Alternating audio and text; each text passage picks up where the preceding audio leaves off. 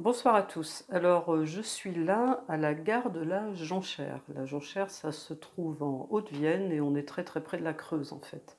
Donc là, je suis tranquille parce que toutes ces petites gares-là, quand j'étais petite à la Jonchère, bon, bah, c'était animé. Là, il n'y a vraiment plus rien. Les trains doivent s'arrêter de temps en temps, les TER, mais il n'y a plus rien. Il y a même pas de distributeur de tickets, je crois bien. Alors bien sûr, tout le monde sait, ils en parlent assez à la télé, qu'il y a des perturbations dans les trains actuellement. Alors, il faut reprendre depuis le début. Il y a eu un accident, le conducteur du train était seul dans le train, donc il a eu la charge de tout ce qu'il y avait à faire pendant un accident.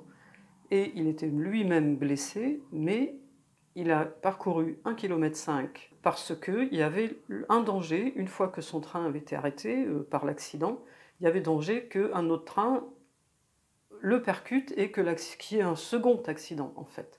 Donc il a fait tout ça tout seul. Et il n'en est pas tellement bien récompensé, parce que cet accident ne fait réfléchir personne parmi les dirigeants de la SNCF, ni au gouvernement, puisque tout le monde crie au scandale, y compris bien entendu, comme d'habitude, dans les médias, où comme d'habitude on dit les usagers sont pris en otage, etc. C'est les vacances, les gens ne peuvent pas partir en vacances. Bon, bah, effectivement, ça pose des problèmes. Mais les conducteurs de train considèrent qu'il y a danger et que le danger est multiplié du fait qu'il n'y ait qu'une seule personne à bord d'un train pour assurer tout le fonctionnement. Donc les conducteurs ont décidé non pas de faire grève, comme ils le disent, une grève inopinée, non, non, c'est pas du tout ça. Ils ont décidé d'utiliser leur droit de retrait, c'est-à-dire qu'ils considèrent qu'ils ne peuvent pas faire leur travail en toute sécurité. Ce qui est effectivement le cas, puisque, on le répète, hein, il y a bel et bien eu un accident, et que l'accident n'a pas pu être géré correctement. Les voyageurs du train accidenté ont été livrés à eux-mêmes. Il n'y avait personne pour les guider, les aider, voilà, il n'y avait personne, puisque le conducteur a dû partir. Tout ça pose un problème. Il parle de mouvements inopinés, c'est faux aussi.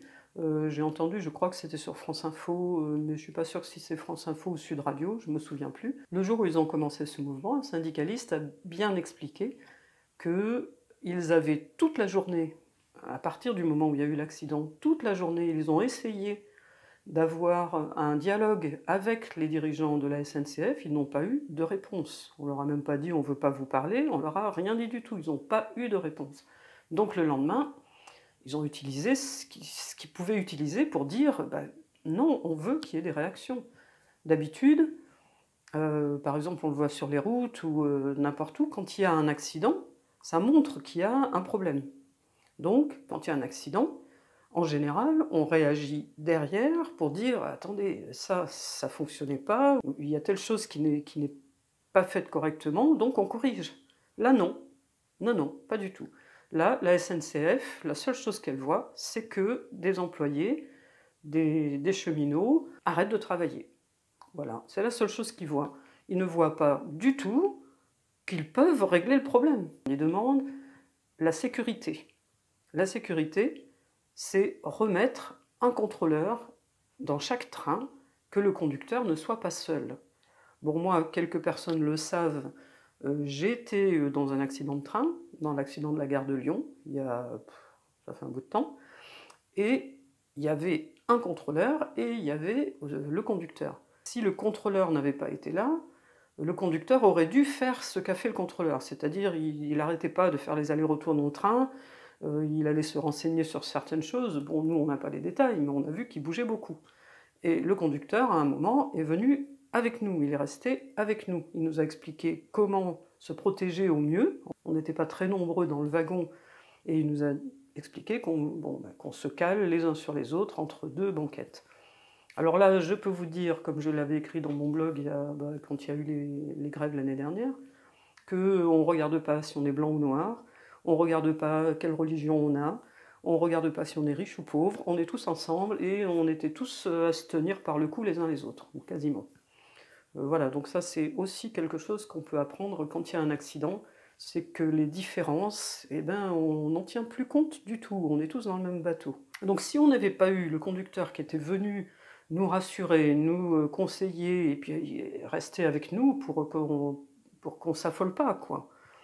Eh bien, peut-être que parmi nous, il y aurait eu des blessés, qu'il n'y a pas eu.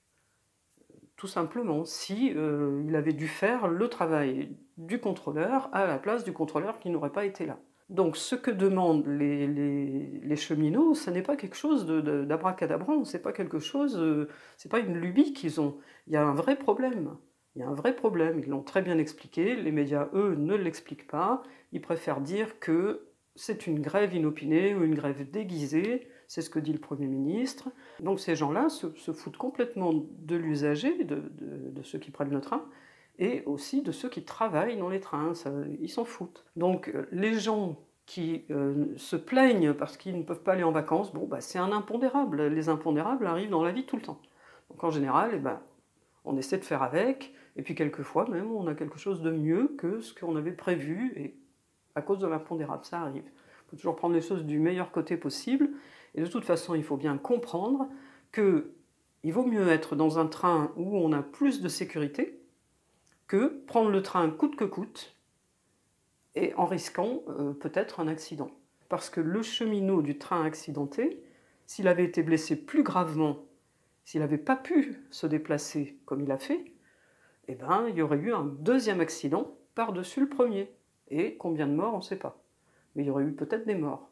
Voilà, donc c'est quand même pas quelque chose d'anodin qu'ils demandent, et ils méritent au minimum d'être écoutés, ce qui sera le cas parce que le fait qu'ils aient fait valoir leur droit de retrait, c'est différent d'une grève.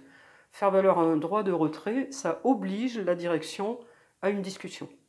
Alors l'inspection du travail a validé ce droit de retrait, ce que ne veut pas faire le gouvernement et ce que ne veut pas faire la direction de la SNCF. Et j'ai vu dans un article de Libération, je n'ai pas eu le temps de tout lire, que l'inspection du travail mettait en garde la direction de la SNCF s'il y avait des sanctions. Voilà, parce que les sanctions ne seraient pas justifiées et pas acceptables. On doit soutenir les gens qui se battent pour un meilleur service public. 20 octobre 19, 16h, reprise progressive du trafic jusqu'au 21 octobre 19, consultez vos outils d'information et l'assistant SNCF. J'ai vu le film, c'est un autre sujet, mais je le dis pour la prochaine vidéo, j'ai vu le film L'Offer, le cas Mélenchon, et je vais en parler en l'associant au comportement des médias juste après l'interview de Jean-Luc Mélenchon sur LCI il y a maintenant pratiquement 2 semaines. Et je pense qu'il faut revenir dessus, parce que le comportement des journalistes, enfin des éditorialistes, on ne sait même plus comment les appeler, sur le plateau de LCI, c'était vraiment un cas d'école, quoi. Donc on peut en reparler, on peut l'analyser encore même 15 jours après. Voilà, donc j'espère que vous avez passé un bon dimanche, et je vous souhaite une bonne fin de soirée. À bientôt, au revoir.